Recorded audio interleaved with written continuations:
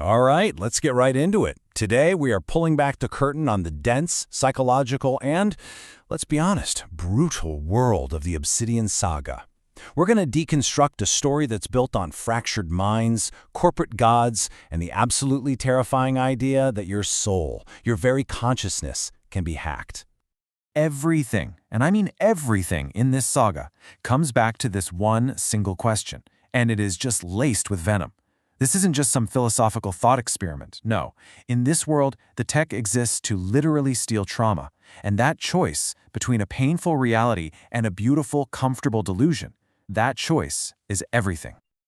And that's our goal for this entire explainer, to rip that veil down. This is the core statement of the whole narrative. It frames the story not as something to just be told, but as this suffocating lie that has to be deconstructed, piece by bloody piece. Okay, so to understand the war that's coming, you first have to understand the chilling technology that makes it all possible. You have to wrap your head around a world where the human soul isn't sacred. It's just another asset on a balance sheet. Just try to imagine your entire consciousness, your deepest griefs, your secret loves, every single memory reduced to a playable audio file. That's a neurolog. And it's not just data, it's the relentless, sometimes sickening playback of a soul. And if it can be played, that means it can be copied, edited, and, most terrifying of all, erased. So what's the fix? Well, neural wipes are presented as this so-called cure. It's the system's fail-safe to just surgically remove a memory. But the story frames this as something much darker. It's not a convenience. It's a final, desperate act of kindness before the truth becomes absolutely inescapable. It's the mercy of letting you forget what was done to you. This technology didn't just shape a world. It forged the two apex predators at the very heart of this saga. It locked them in a war of wills that is as intimate as it is completely savage. So meet Alara Voss and Darian Valara. And you can just forget heroes and villains right now. That does not apply here. These are perfectly matched adversaries. She is the architect, a psychopath who has learned to weaponize empathy. And he is the apex, a predator whose mind has been shattered, leaving nothing behind but pure, raw obsession. And this quote, this just perfectly illustrates Alara's terrifying power. See, she doesn't just manipulate people. Her genetically spliced empathy lets her literally crawl inside their heads and rewrite their desires from the inside out. She makes them believe that the violation was their own idea all along. Now, Darian's perspective shows you the chilling flip side of that coin. His memory is just a collection of voids. It's static and gaps from all these corporate neural wipes. And for him, Alara, his greatest rival, is the only thing that feels real. She is his anchor in the abyss of his own forgotten past. So here is the crucial thing you have to understand. This isn't some corporate rivalry. It's a psychological war. Their hateful attraction to one another is the primary weapon, and they hone it and drive it into each other's softest spots in this brutal, savage battle for supremacy.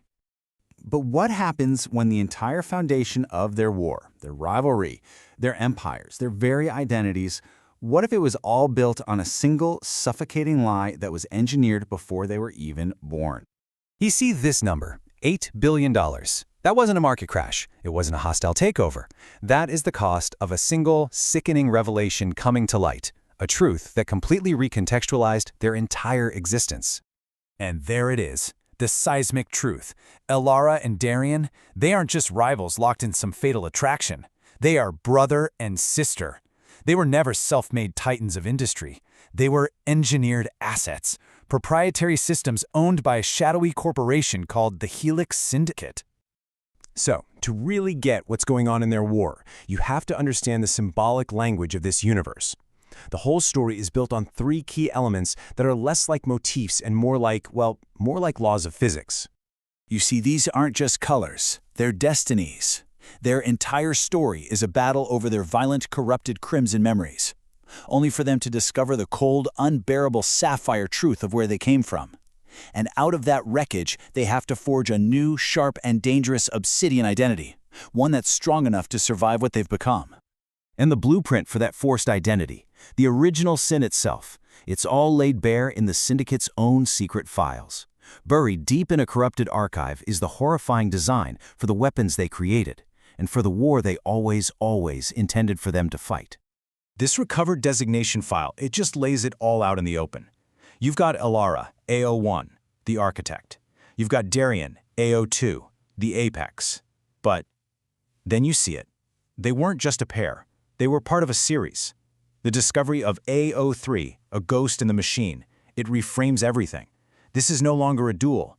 It's an unstable triangle, and this unknown variable is the Syndicate's ultimate contingency plan. What makes A03 so terrifying is its unique mutation, the null zone effect. This thing is a walking, talking neural wipe. I want you to imagine having a conversation with them. The moment they leave the room, poof, you can't remember what you just talked about. Security footage? It would just show static. A03 is a living black site, erasing reality as it moves through it, which is exactly why it exists only as a phantom in the system. And here it is. In a chilling internal memo from the Syndicate, we see their endgame. The memory wipes, the fugue states, the voids in Darien's mind, they were all features, not bugs. This was never just about control, it was a psychological failsafe. By programming them for self-destruction, the Syndicate made sure their most powerful assets could never, ever unite against their creators. Their trauma wasn't a side effect of their power, it was the point. Which leaves us with the saga's central tragic dilemma. When your greatest enemy in the world is also the only other person forged from the exact same ruin as you, what does victory even look like?